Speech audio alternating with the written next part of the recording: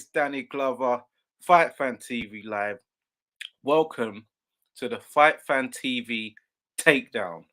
So that's going to be the name of these lives going forward.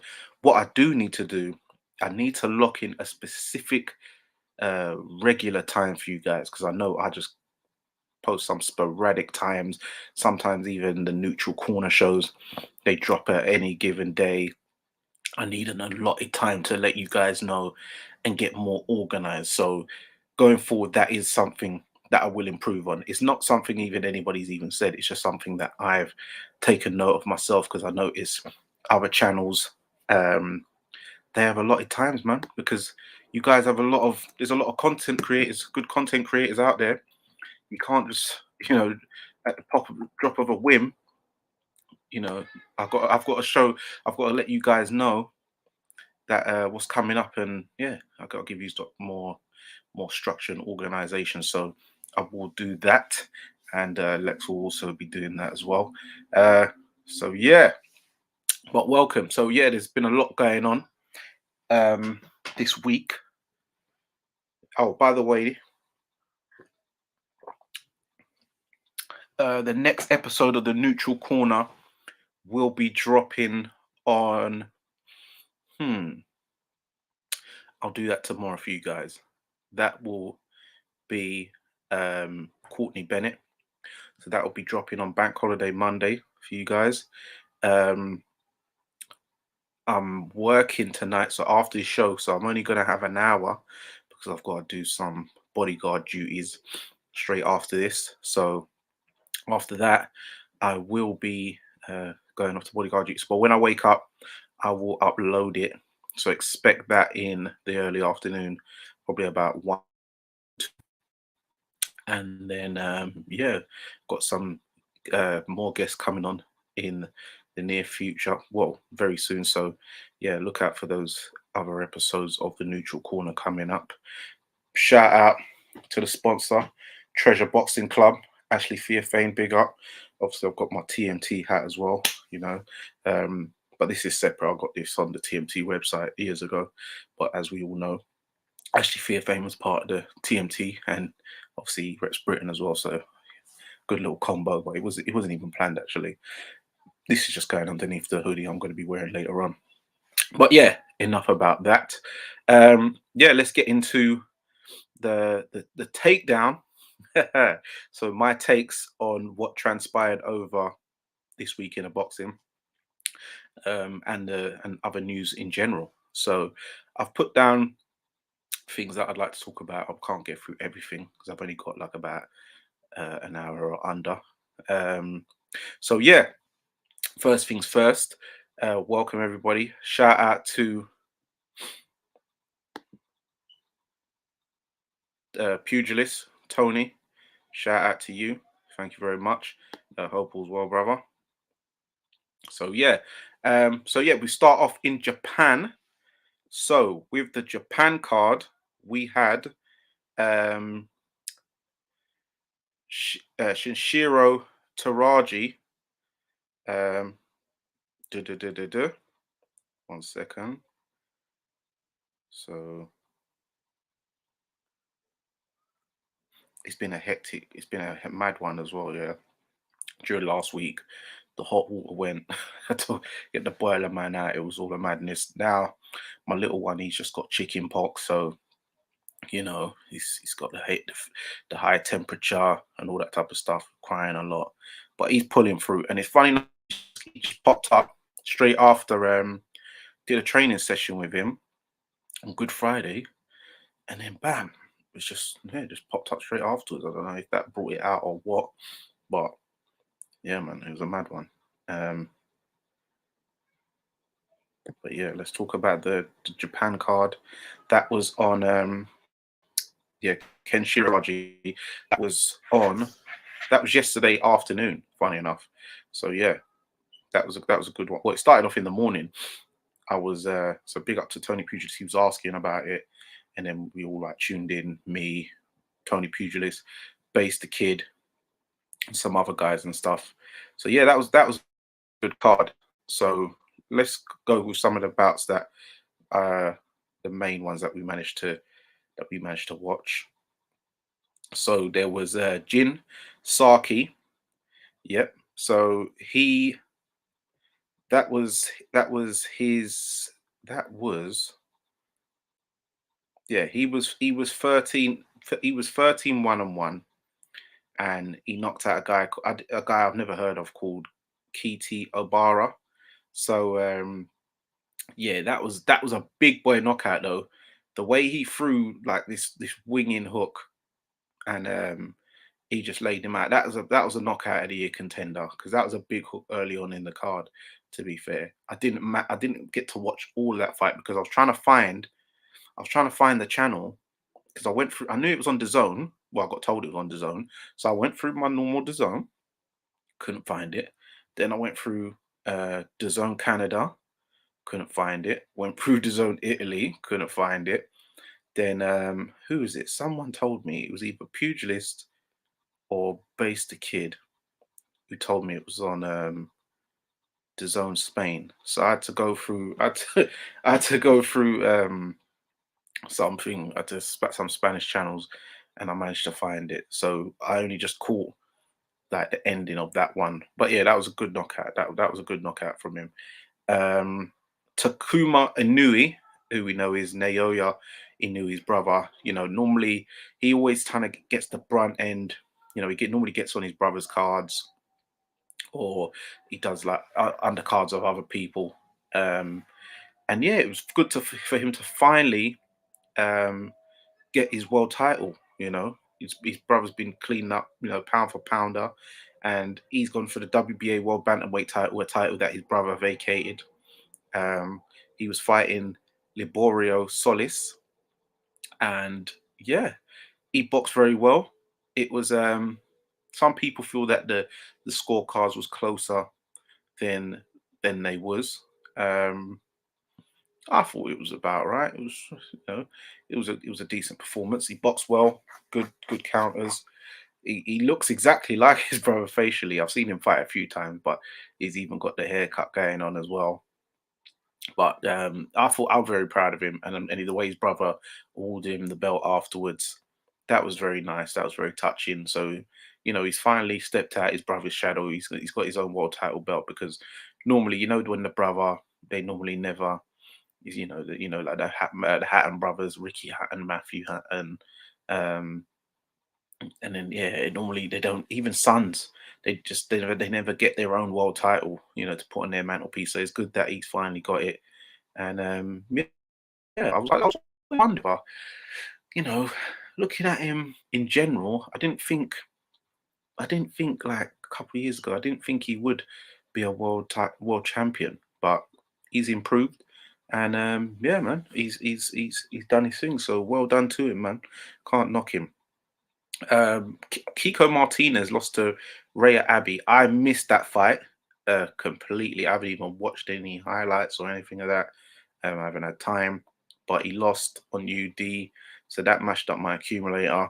Um, but yeah, he got beat wide on points. I don't even know who's watched it. I think Base caught it, but I didn't get to because I couldn't find the channel. So that was mad early on the card, even though they build it as like main event on box rate, but that was mad early on the card. Um, but yeah, we go to the main event of Kinshiro Taraji versus Anthony Olasquiaga. Now, this was a good fight. Now, Kenshiro Taraji, he's always got a habit of being in, you know, good entertaining fights. He was putting the pressure on early, you know, backing up Anthony Oluskarga. He looked like he was going to take him out in, because this ended in the ninth round, but he looked like he was going to take him out in about what, the seventh, and then all of a sudden Hollis Karga started throwing these uppercuts towards the end of the round. And then I was like, that's interesting, because he looked like he was about to be stopped not too long just before that in the round. Then in round 8, Hollis Karga um, was hurting Taraji, and in the ninth round, in the ninth, and then Kenshiro Taraji, that he's just come back, kind of like the last fight where it was like, yeah, the round before he stopped the guy. I forgot the guy's name. He was getting punched up, and that was seen as like, a round of the year type thing. But yeah, the same thing happened. Taking big shot, looking like he's in a bit of trouble there. Then all of a sudden, he's just unleashed some combination against the rope. Bam, bam, bam, bam, bam. Bam. The guy's holding onto the rope like that. Step out, jump, no, or, and then yeah, the ref stopped it because he got punched out the ropes and he was trying to hold himself. And then when the ref waved it off, he kind of collapsed, like he just thought, oh man, just kind of fell, just laid down. He didn't fall out of the ring, but he fell out of the ring, but not out of the apron, thankfully. So yeah, another one for Kenshiro Taraji. He's a very exciting fighter. He's gonna make a lot of money, and do big things out in Japan. I wonder if he's got anyone over here he can fight and stuff like that. Bantamweights. Let me see. Who's he got?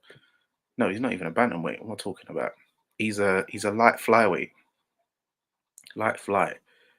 But he's number one. But who's he even got? I'm trying to even think who he can fight.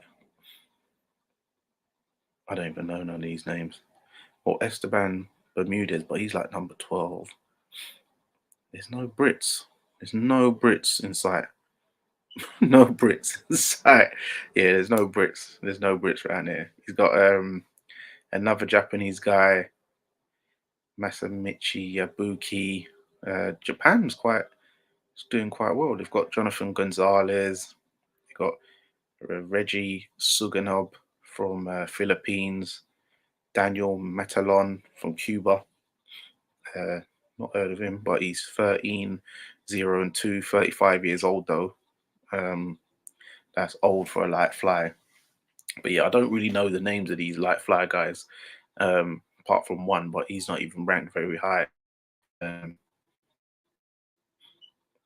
yeah, and he's 14, 4 and 2. So yeah, he's going to dominate, and he'll probably just move up anyway. So yeah, that's probably going to be that type of thing. So yeah, moving on to the zone card now. What I don't like, which I agree with Tony, they've done this twice in a row to us now, where they put on the main events at the exact same time. Like we had the top rank and the zone, and it's like, come on, guys, you've got to stagnate them. You've got to, you know, you've got to filter them and have it one after the other. Like hold off a bit on that main event and wait till the other main event's done, and then put on at the exact same time. Normally, normally we didn't have this problem, especially we didn't have this problem last year. It's like this year, people are just getting real selfish, man. It's not good. Because I didn't even get to watch. I caught the Bam Rodriguez fight in round 8, which is what I'm saying. Because I was watching the Shakur Stevenson fight. So I'm not gonna be jumping in and out, in and out. Once I choose a fight, I'm choosing the fight in it. So actually, I'll just give you the top rank one because that's the one that's the one I watched. I watched some of the zone card fights, depending which one was better at the time because it was running back to back simultaneously. So let me get to the yeah, I might as well start with the main event. To be fair, might as well start with the main event with Shakur Stevenson against Shuichiro Yoshino from Japan. Now, I initially thought that this would go to points. Shakur Stevenson moving up in weight to 135. Some people saying, because he's bigger, he's gonna have even more power, more strength. I was just thinking, first fight, testing the waters, he might get hit with something, go into pure boxer mode. But then, some people on the Twitter Spaces were saying they think he's gonna be aggressive, try and prove a point. He's got to make a statement at 135 if he wants to call out the likes of Devin Haney, Tank, and the rest of those guys. So I was just thinking it was going to be a points thing, but he come out mad aggressive from the jump, like he was playing no games. Yeah, and he managed to drop. He dropped Yoshino in the second round. He dropped him in the second round. He dropped him in the. He dropped him in the fourth round again. And these shots, they wasn't even like, to me, they didn't look like the biggest of shots, to be fair, what that was dropping him. But he was kind of, but he was taking a beating though. He was taking a beating. So I think it's a thing of an accumulation of shots that broke him down, and that's what was making him drop. And then in the sixth round, he was getting punched up again, and it got rightfully stopped. There was a guy on the Twitter space. He predicted 4-6. He had a bet on that, and he got it through. He got through it. So he got him. I forgot. I think his name was Turner or Turning. But yeah, he done well. That was a good win. Big statement. Obviously, he's calling out Devin Haney afterwards.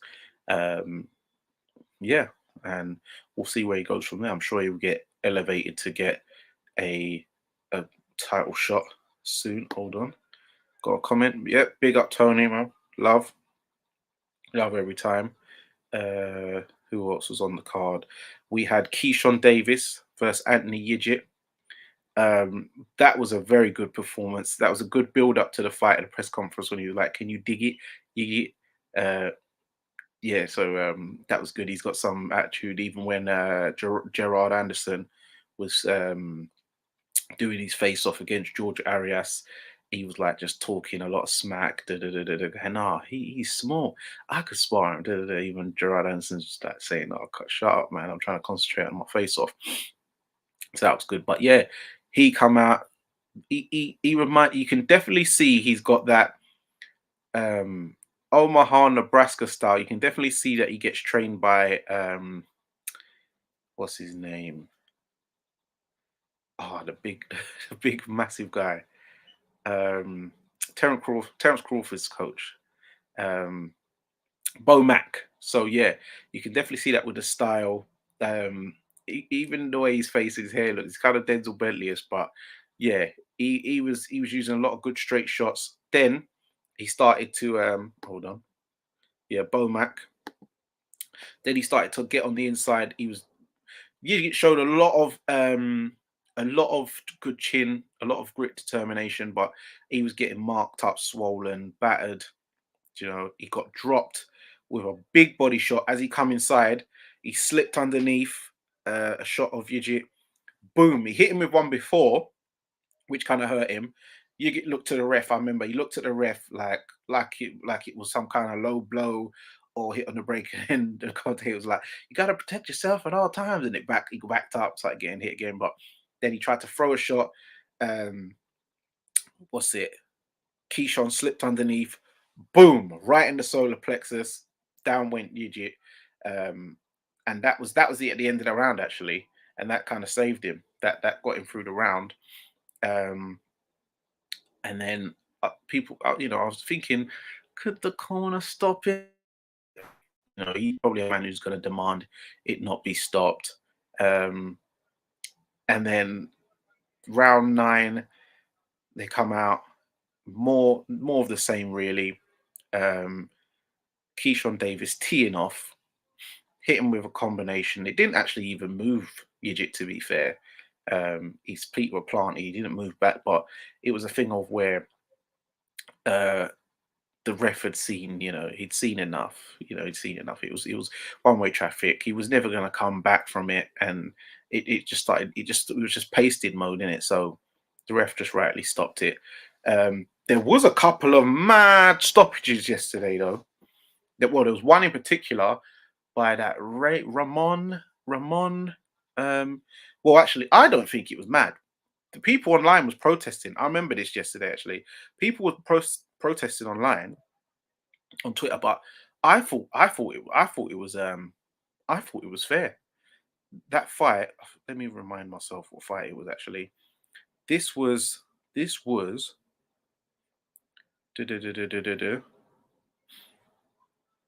No, it wasn't Gerard Anderson. This was.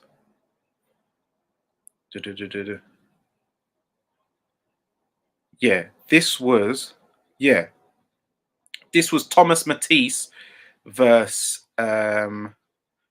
Ramiro Cecino. This was on the DAZN card, actually. I know I'm skipping over, but this was no. See, here we go. See, previously saying Matisse was bad. It wasn't, man. It wasn't. You're just no. I'm gonna tell you why. Now, what's his name? Ramiro Cecino. He was winning the fight. Yeah, he was winning the fight. But what happened in the last round? Now he's got hurt. He's got clipped. His body's like jumped. He's gone back to the rope. So he's got hit with another hook, which has made him like he's really hurt. Then he's getting teed off on the rope. He's not firing punches back. He's not he should have took a knee, but he didn't take a knee. So the ref had no choice, in my opinion. That was so many unanswered punches. Like even Rob Tebbett agreed with me. Rob Tebbett even agreed. And a guy called Davey 11. He said correct. He took 27 shots without throwing back. He forced the referee's hand, man. Yeah, Cecina was winning. Yeah, but that's just like saying, oh, Jermaine Taylor shouldn't have got stopped versus Carl Froch because Jermaine Taylor was winning. And there was only like 14 seconds left. He got stopped. He was done, man.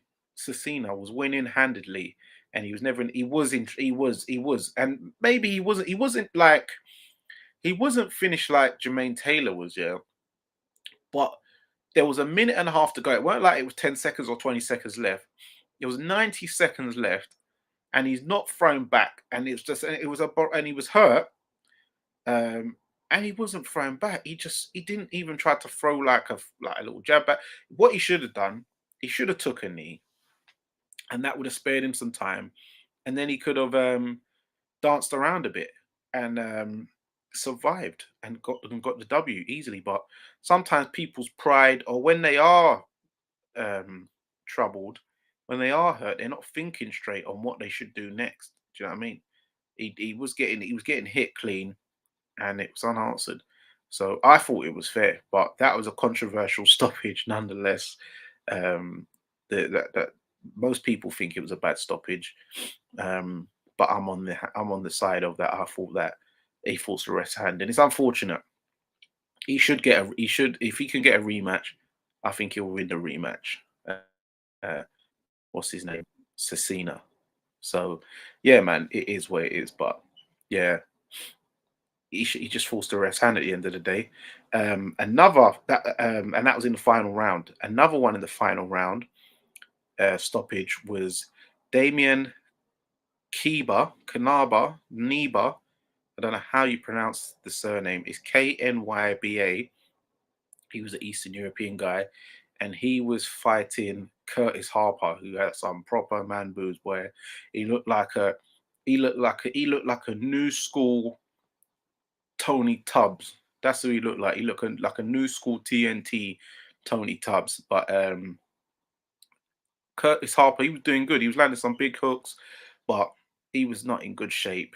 And yeah, once he started getting tired, he needs to work on his shape and conditioning. And he could have probably won that fight, but he got tired. Damon Kaniba, uh, he just started pouring on big hooks. He dropped him in the final round, and then he hit him again as he got up. He turned away, spat his gum shield out. Harvey Dock, he had no choice but to stop the fight. And some people even complained about that one. I was like, come on, the man turned away, man. He was not on it. He even put his hand out, like he turned away, spat it out. He gave up there. He weren't on it. Also, in other news, Edgar Berlanga, he's announced his fight got announced in the ring by Eddie Hearn. He's fighting Jason Quigley. I don't know if you remember Jason Quigley. He's a middleweight, and he got stopped. He got stopped by Demetrius Andrade, starter's boy. So yeah, that's a bring out party. I know Base the Kid's raging. He's saying, because they was hinting that he was going to be a top 15 guy. So he's gone through the official rankings on Boxing Live probably, and he thought it was going to be Anthony Durrell or Andre Durrell brothers. I remember Base saying, but and I thought it was going to be the Brazilian Falco, but no. Lo and behold, they went through the box rec top 15, and they've chosen Jason Quigley. So yeah, this is a nice little bring out party for Edgar Berlanga, who's been off a year, due to his suspension for biting. Um, so yeah, he's gonna get. I expect him to get the stoppage. I expect him to get the stoppage, but yeah, I'm with you. I'm with you, Tone. Quigley's a joke. Yeah, man. But it is where it is, isn't it? They got to bring him back. They've just signed him. What are you going to do? Give him a hard fight? Anthony Durrell's not. He got knocked out in his last fight, but I don't think he's cooked like that. I don't think he's cooked like that to get taken out by Edgar Berlanga. You got to remember, Caleb Plant is a proper super middle, and yeah, he's a proper fighter, man. He's proper. So, and he even hurt Caleb Plant a couple times in there when Anthony Durrell. And I don't think, I think Unde Durrell, even though he's up there in years, I still believe he'd beat Edgar. So I wouldn't recommend that fight. So Jason Quigley is no one's really happy, but it is what it is. That's announced for the Madison Square Garden, June 24th. I'm not sure who's on that card. I thought that they was gonna probably put it on the your boy Tiafimo Lopez versus Josh Taylor's card, which is June the 10th. But nope, it's not. Gerard Anderson versus George Arias. Now, this guy, he's from the Dominican Republic. He has a good reputation, actually. People don't really know about him, but I'm going to go through because I was looking at his record. I've seen him fight a couple of times, actually. I remember he stopped one guy, but the guy weren't there to fight, really. But his last three opponents, he was the B side, and he was expected to get beat, and he beat them. So he was 18-0 coming in, 7 KOs. Yeah, he beat Alante Green, Cassius Chaney, yep, Joel Claudy, uh, yeah, Gabriel Hernandez was another 10-0 guy. Terrell Wright. So yeah, he's a good fighter. Who was it? Was it yeah? If you remember Cassius Chaney, he beat him on points. He was unbeaten, and he beat Shondell Winters. I don't know if you remember him. He fought Joseph Parker, and also he beat there was another guy. Yeah, Alante Green. He fought no, it wasn't him. It wasn't him.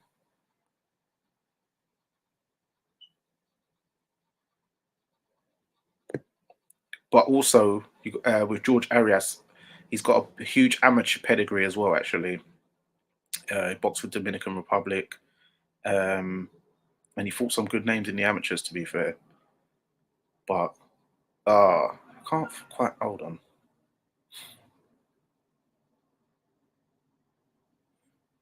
I'm trying to find the fighter he fought. But anyways, he was a good fighter, unbeaten. But Gerard Anderson, he proved too much in the because his last 5 fights had ended in the second round. So people think I didn't think he could do that. Some people distance. I had it as a TKO. I knew you'd get rid of him, but Arias, he is a good mover, good on his feet. And also for I think Gerard Anderson, for a guy who's 247 pounds, he doesn't look that big because he's 6'4", so he's 2 inches shorter than Anthony Joshua. But when you look at them both, Anthony Joshua, even when he weighs like 247, he looks a lot like bigger and slower and more, more pumped and stiff than Gerard Anderson for some reason. I know his last fight he was 255, but when you look at Gerard Anderson, you think for a guy who's 247, he doesn't look like he's too heavy. Like even Fabio Wardley's too. I'm sure he's the same height as Gerard Anderson as well. But Gerard carries his weight very well. So yeah, but the third round he started lighting up uh, George Arias, and then Arias he done some kind of salsa rumba kind of move, and then yeah, he started trying to play. He was trying to act like he wasn't hurt, like he's trying to showboat, but he was hurt. His legs was wobbling, and the bell went, and he started banging his chest due into the crowd, but he was still rocked. And then for some reason, his corner just pulled him out. He didn't even go down or anything, so that was a bit disappointing. He had like a little bit of facial damage, but nothing to write home about. So I don't know why they pulled the plug on that. That was a bit of a upsetting one. That was a bit annoying. But Gerard Anderson, he moves on. People are calling for him to step up even more now. So he's got rid of Jerry Forrest in 2, George Arias in 3. And I was saying that my opinion is I don't think that there's a lot of top 10 heavyweights who couldn't get rid of Jerry Forrest in 2 and George Arias in 3. You know, I don't think Dillian White could do that. I don't think he could do it in that time, let alone beat that time. I don't think Joseph Parker could beat that time or do it, or match that time for both of them. I don't think Tyson Fury could even get rid of them two that quickly. Um, yeah, there's lots of sort of top 10 heavyweights where I don't think they'd be getting rid of Jerry Forrest and um, and George Arias in 2 and 3 rounds, man. But Gerard Anderson did. Usyk, I don't think he'd get rid of them both like in that quick. Um, Daniel Dubois, I don't think he'd get rid of him that quick. Derek Chisora, well, Derek Chisora's outside the top 10 to be fair. And Frank Sanchez as well. I don't know if you lot saw that fight, but that guy, why did this guy just dive on the floor? The guy, Frank didn't even hit. For one, Frank was moving mad old. He was looking mad old. Like, he's not 29 years old or whatever that fake age is. He's way old. His face is older. He looks older. But he didn't hit the guy. He missed the punch and the guy went on the floor. I was just like, what's up with that? That's just stupidness. Frank's been out the ring long enough, and the guy just dived on Daniel Martz in the first round. So that guy needs investigating. He definitely needs his purse docked. That was just stupidness. Anderson is surely gonna now be put into live fight situations. Well, to be fair, Jerry Forrest was meant to be a live fight. Jerry Forrest is a live opponent. Um, but he took him out in 2. I've never seen anybody do that to him. George Arias was unbeaten. Yeah, some people might say he's not a light fight, but yeah, I'd like to see him in with well, I wouldn't like to see him with Derek Chisora because we know what's gonna happen there. He'll beat him. But he could get in there with someone like Dillian White. But as we know, Dillian White, they're trying to look for that for Anthony Joshua. Anthony Joshua has announced also that he's gonna be back out in December. I see some people moaning, they're not fighting like the old heavyweights back in the day, like every few. All right, man. But for one, the reason I said that because he said something about sometimes there's a bigger plan. So what I'm reading into it is he must have got injured in that fight of some sort. I don't know if it's to do with his nose injury or because he was bleeding in the changing room. I remember when they went to the screen and he's like all blood on his vest. I thought that was strange. I didn't know what that was. I didn't even know it was from his nose. I thought it was maybe his hands or something because I know he normally.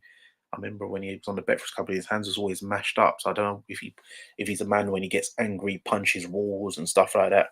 But so I was thinking that was strange. But yeah, it must be an injury that he has to get sorted. Might have to go in for surgery. Um, why his next return date? Because he was meant to come back in the summer. So yeah, I guess it must be an injury, or some people speculating that he's just going to go into a massive big fight on in December. But it can't be if it's going to be a stadium fight. Then that's going to have to be the Principality Stadium because Wembley, December. That's a bit risky weather-wise. Tottenham Hotspur. Is that an open roof or a closed roof? Some of my football people. I know pugilists. You'd know. Is that a closed roof or open roof? White Hart Lane. It might be close, so he might be able to do Tottenham. Otherwise, it'd have to be Principality because Wembley ain't gonna happen. But yeah, but I think it's more. I think it's to do with an injury. The way he wrote that statement um, on his page, it sounds like an injury. Why he's had to go down that road. Um, Leon Edwards is due to fight Kobe Covington next. I hope Leon mashes him up because the UFC crowd at 287, White Hart can close and open. That's good. Okay, so it could be there. So yeah, they was chanting some madness. There was had some MAGA moments, shouting and yelling, "Let's go, Brandon!" with Trump in the crowd. So yeah, Leon needs to deal with Kobe. Um, Style Bender, Israel Adesanya onto the UFC. Now, this was good against Alex Pereira. Now, Alex Pereira was 3-0 against Israel Adesanya, 2 in kickboxing. One of the first one was by decision. The second time he knocked him out cold. His son even mocked him, dropping on the floor. Um, and then in the he's come over to UFC. He stopped Israel Adesanya in the last round as Israel Adesanya was winning on points. So this was the rematch. Um, People's thinking, is Israel done? Because he has a habit of being very boring, just doing enough to win, not exciting. Um, so yeah, but Alex, he kind of forces you to fight. The low leg kicks was hurting Israel. Well, it was only a 1 round fight to be fair, but early in the round, should I say? Then he caught him with another leg kick. He backed up. He let off a couple of punches, body shots, kneed him in the body, hit him but as he was throwing, he was so open, Alex. Like he had uh no regard for defense. Like he just thought that Israel was so done or was so scared of him that nothing was going to get thrown back. So Israel just come over the top, bam, right and over the top. Um, Caught him on the chin, which has kind of stunned him. He's looked back, then he's hit him on the sort of like the side of the head, sort of temple, ear bit. Then he's gone down, and then hammer fist, bam, all over 1 round. Israel, he started, doing this shotgun thing, shotgun 3 times because that's Alex Pereira's thing, and he starts shouting and then he's gone over to his son and seen his son, and then done the one for call it, one for and call it, taste of it, the word that I drop, don't flap, poof, like Cat Swayze does, yeah. So that was a mocking thing, but he said afterwards that hurt him and really affected him when his son did that when he was like really little, back in the kickboxing days. So I don't know how old the boy is now. He must be a lot older because that footage did look quite old from the kickboxing days. Uh, Tottenham pitch is retractable, not the roof, only open. Oh, yeah, it's Principality, or I don't know where the December show one is going to be. Oh yeah, Abu Dhabi. There's always that as well. Middle East, Abu Dhabi, Dubai, and all that. Saudi Arabia as well. What am I talking about? Joshua's done 2 Saudi Arabia cards already. So yeah, somewhere in the Middle East he could go if it ain't Principality Stadium. I think it's an injury, but yeah, it'll be a big fight anyway. So yeah, Israel Adesanya, 1 round, UFC champion again, and yeah, I'm sure they'll run it back for the third, which will be their 5th fight overall, but will be the trilogy. But once again, as I say, UFC, they reload the dryer. People talk about, oh, boxing, boxing's dead. I'm like, mate, this is why you're the best fight. Reload the dryer. Every time it's reloads, man. It's always reload, reload. It's always reloads. It's always rematches, trilogies, quadruples. This is their 5th fight. It's going to be the trilogy. We know it's going to be a trilogy because one in UFC, but it's what 3-1 overall. But yeah, we know they're going to reload the dryer again. So don't give me. Some people need to, don't get so gassed on the UFC thing, man. There's enough reloads. In other news, Yeah, no. Chantel Cameron. I feel really bad for Ellie Scottney because she's been taken off the Chantel Cameron, Katie Taylor fight. Um, some people are saying that, well, Chantel's put out a statement. If I can find it, I should be able to find it actually. She did put out a statement the other day. Oh, also before I do, um, I should have done it on my last live because I actually found out on the day of the last live last week. But rest in peace to the legend himself in boxing, Ken Buchanan, MBE, the undisputed, former undisputed lightweight champion. It was good to see him, live long enough to see another man from his country and Josh Taylor do it. I mean, pass the torch. Gave him the keys to the kingdom. So yeah, man, Ken Buchanan, legend, big in the game, great fights. One of his most memorable ones is when he got hit in the balls, man. They always show that fight. I don't know why they always show that fight when he got hit in the balls. I don't know why they always show that one, but it is what it is. But yeah, no, he had a lot of great fights for Roberto Duran. A lot of good guys, man. What was I getting into? Sorry about the Chantel Cameron thing. So shall I read Chantel's one or first or Shane McGuigan's? All right, let me find Chantel's one first. I'll read it out for you guys. Some of you might not even read it. Well, actually, I'll read Ellie's first. Yeah. So Ellie Scottney, I'm incredibly disappointed to say that I am now hearing that I will be removed from the May 20th card in Dublin due to Chantel Cameron and her management insisting to the promoter that I'm not allowed to be on me. This is despite having been on two cards together before with no problems whatsoever. By the way, I should mention that not only has Ellie Scottney been on cards with Chantel Cameron, Shane McGuigan has had other fighters who he's trained, where he's in the vicinity, be on cards with Chantel Cameron also. So, yeah, but I'll continue. After my world title fight had been announced on a huge night globally for women's boxing, my dream is now being taken away from me by a fellow fighter, dictating terms and making unreasonable demands to my promoter. I cannot describe how heartbroken I am. Yeah. So that's Ellie Scottney's statement. Then Chantel Cameron has come back like a day later and she's put out a statement of her own. And it reads, I'm gutted to have to come on here and write this today, but I've had no option after the statement that was issued last night and the harassment, obviously alluding to Ellie's statement, threats and witch hunt that came after. Firstly, I am sorry that Ellie feels the way she does. I respect her as a fighter and I wish the situation was different.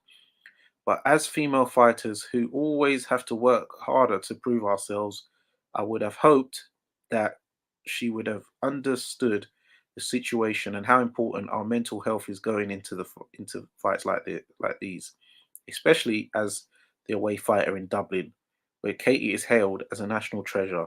The last thing I need is more intimidation. Yes, I am a fighter, but I am human. A few years ago, I was almost walking away from the sport I love because of what I went through with my team and was not in a good mental or physical place at all. I cannot begin to describe how horribly I was treated, and it's a part of my life that I want to try and forget. Unfortunately, due to a NDA, non-disclosure agreement, forced upon me, I can't disclose any of the details of this, which is why, oh my God, which is why I've never told the story.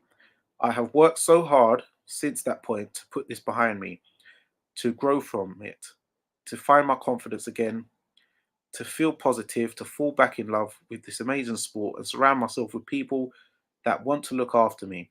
and always put my best interest at heart. Ellie is right when she said that she has fought on the same cards as me before, but on those occasions, only the people closest to me know what I went through because of this and did what was necessary and positive and not let that affect my mindset and my performance, despite the emotions it triggered. So it brings me to this point where I am in the biggest fight of my life and I've worked hard towards for all these years. It has not been an easy road and it has not been an easy decision for my team to make. But they have to protect me in this situation. I have to protect myself. I'm sorry this impacts Ellie. This is not about her. And even though I don't appreciate being publicly bullied and shamed into trying to change the decision last night, I really do wish her well moving forward and know that there are other big opportunities around the corner for her. It's not in my nature to air my grievances or emotions in public, and I would never have mentioned anything about this, especially on social media, but feels like I've been left with no choice but to defend myself, having been attacked for trying to protect myself. This is the last thing I'll be saying on this matter, and will continue to fully focus on training and the mammoth fight ahead. So that was from Chantel.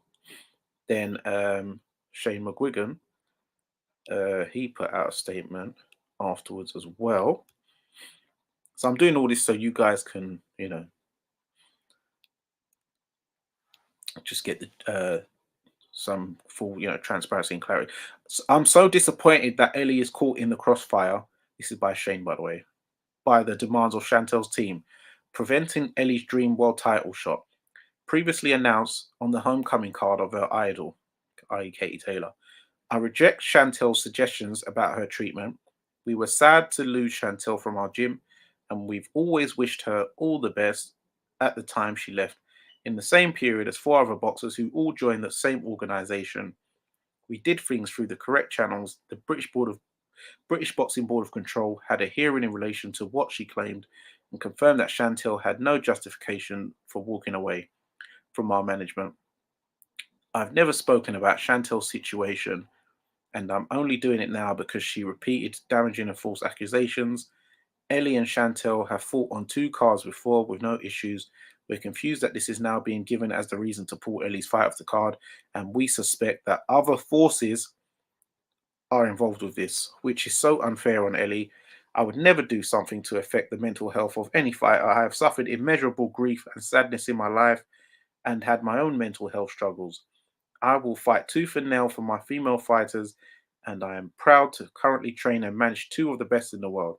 I hope that a solution, Caroline Dubois, by the way, I hope that a solution can be found with Eddie and Matchroom for Ellie's sake to get her the dream fight that she thought was right in front of her. I'll be making no further comment on this.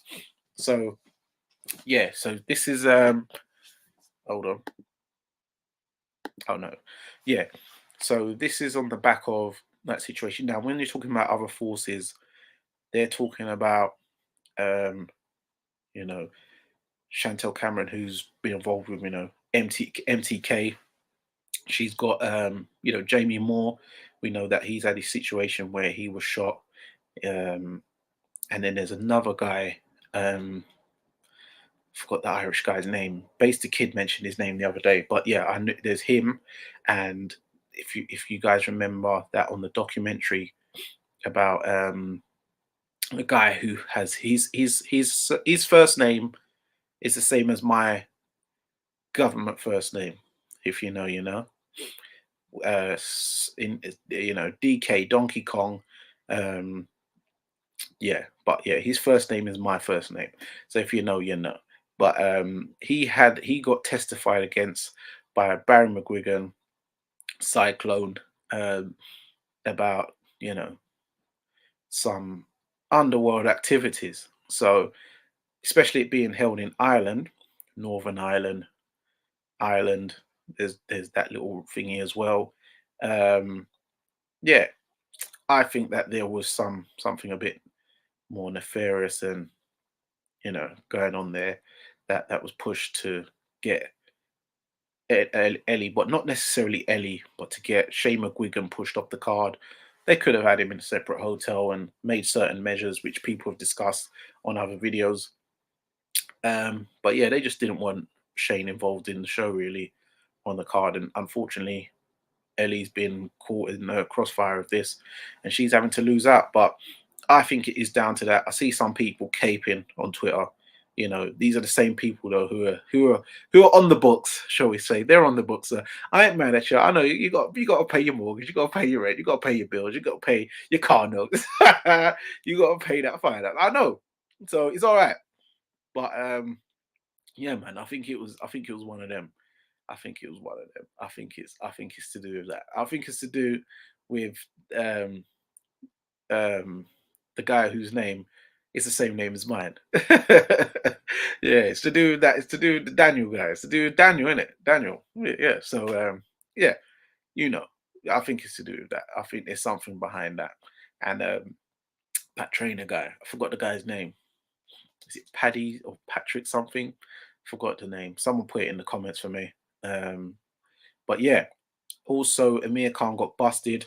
How long have I got? I've got about 5 minutes, and I've got to go to work. So yeah, Amir Khan busted for Osterine. He say first of all, people saying they only found out on the day, but if then he said that he knew 9 months after, which means with the fight was in February, so he would have known in November. So then that's another 5 months. He didn't say anything, but I guess when you're retired, you're not going to say nothing anyway. Um, why that's now been publicized now, I don't know. But the ban gets backdated anyway, so really he's got March, April. So he's got like 10 months left on a ban. I doubt he's going to come back anyway. What I think happened, because a lot of people are thinking what happened. Dominic Ingle, I think it's like what Dominic Ingle said, but I've said this before.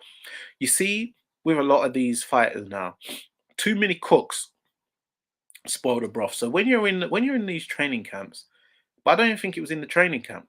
But even when you're in the training camp, so you're in the training camps, even on the day of the fight, you got these nutritionists, you've got these what do you call it? Strength and conditioning coaches, you've got these physios. They give you these drinks, they give you these sachets of things, these little sachet supplement things. They give you these other things, like even in your changing room. They go, yeah, yeah, this is gonna get your electrolytes up, and this is gonna get your energy boosted, and this is gonna get you this and that, and this is gonna get you that. Take this, go on, get it down your neck, man. Go get it down your neck. And these fighters, they just they just do it. They don't even look. They ain't got time to be looking at the back and you know all these words like Exarian, blah, blah, blah, blah, blah, Osterine, blah, blah, blah, blah, blah, blah, and checking it on the database on the UCAD system and the FADA systems. They ain't got time for all that, especially on fight night. You know what I mean? So they're just trusting. If you've been around this guy for how long, you grow a sense of trust for these people. So when they give you things, you don't even check it over. You don't even second guess it. So you just start taking, you just take the thing. Not saying that the person who gave it to him knew, because that person probably doesn't even look at the list himself, because these guys are just they're more thinking about track stars or what other sports they initially came from. So it might be just cool in there, and the people take it from that discipline, and it works for them, and that's okay on those drug sanctioning body lists. So they just think, oh yeah, yeah, I'll just throw it over to the boxing guys or MMA guys or football boys or whoever they train it, not realizing that different sports have different regulations and different things on their banned substance lists. So he's probably taking that on the day, a sachet or a bottle of energy drinks, probably from another country. I highly doubt it.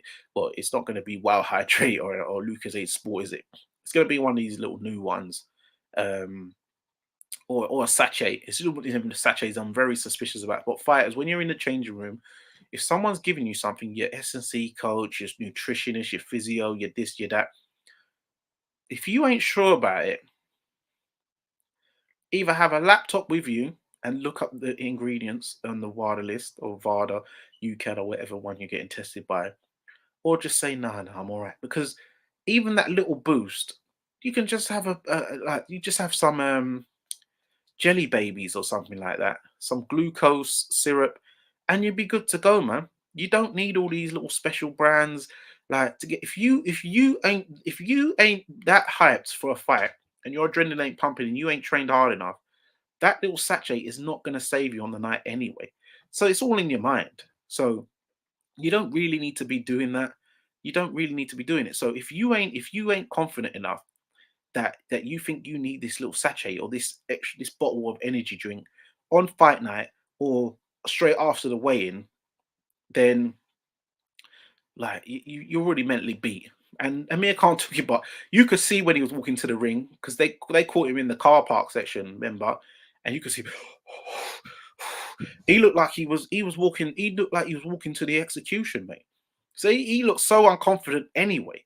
So you could see he was scared. Like he was so unconfident. So he probably took the sachet, not even knowing what it was, but he thought, oh, whatever this guy says to me, oh yeah, this is giving me 10%, it's gonna boost me 5%, this is gonna give me this extra strength, and this fast is gonna get your fast twitch muscles back to when you was, 10 years ago. And he's gone, oh yeah, really? All right. Bam, necked it.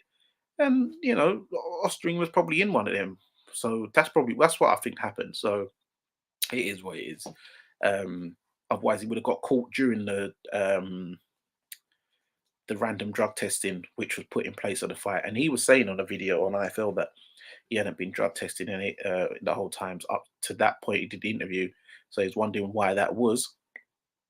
But I'm sure they did after that. But yeah, you just got to be more careful, fighters. Hold on. Skyline editor Danny, did you see Dominic Ingles' interview with Boxing King Media? Was a great insight into the testing Yeah. He always does some great interviews with Boxing King Media. Yeah, he always does that. Breaks down a lot of things. He done one with the Connor one, the Amir Khan one. So yeah, but I've said this before. They have a lot of these guys in their changing room, and they just give them these bottles of stuff and sachets of stuff, and yeah, they don't even look at they don't even look at the ingredients. I don't think even the guys look at the ingredients, and that's what I think is the same thing what happened to Conor Ben. I think one of the people he's hired, because he had so many people, they've given him something, he's just downed it, he's just taken it, and yeah, he's ended up with the thing. I don't think he's intentionally took it. I think someone he's probably trusted has probably given him something, and he's just not checked it over. So a lot of these fighters do. I see it so many times in these pro gyms for years, because you just build up trust with someone. You do how many camps with them, and you're fine. And they go, yeah.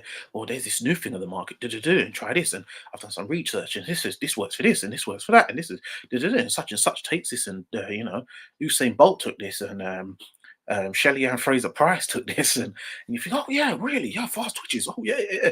Not realizing, yeah, for athletics, that might be cool. You might be able to take that. But there's something in there which is on the UCAD ban list. There's something in there which is on the VADA ban list. But in the World Anti-Doping Track and Field Athletics, that's not seen as a PED or a banned substance. So you can't just these people. They're just jack of all trades. They're not really studying this boxing thing on the rules and regulations. So this is how a lot of these fighters get caught out and become a cropper. But guys, I've got to go. I've got bodyguard duties now, so I've got to head to work. Otherwise, I'd have done it probably about it for another 15 minutes. But yeah, guys, be sure to subscribe to Fight Fan TV Live. I'm on 800 and some change. I'm trying to get to 1,000 subscribers by my birthday, which is in August. So please share, subscribe, like, get the traction up. Get in the comment section and comment in the comment section, guys. Hit the thumbs up button, hit the notification bell button, get the algorithms flowing. Hold on. Yeah, peace out, Tony. Yeah, man. Any sponsors who are looking to uh, get involved with us, also hit us up. For the right price. But no, I'm joking. But yeah, share it out, and yeah, man, get in the comment sections and give us your thoughts and opinions. Sorry I couldn't give a more detailed takedown, should I say. We're not trying to copyright Tony Pugilist and Ashley and Base the Kids. show, the breakdown. Make sure you check that out though on the Undefeated podcast. But yeah, so sorry I couldn't give a more detailed one, but I was, you know, pushed for time because I've got other obligations to do. As I said, I've got to go to work right now. Little one's got chicken pox as well, so it's all a bit. But I had to get you some content out. Also, look out for the next episode of the Neutral Corner out tomorrow with Courtney Bennett and boxer Donnell Smith as well. So yeah, guys, thank you for tuning in, and remember, persistence beats resistance. You know where it is.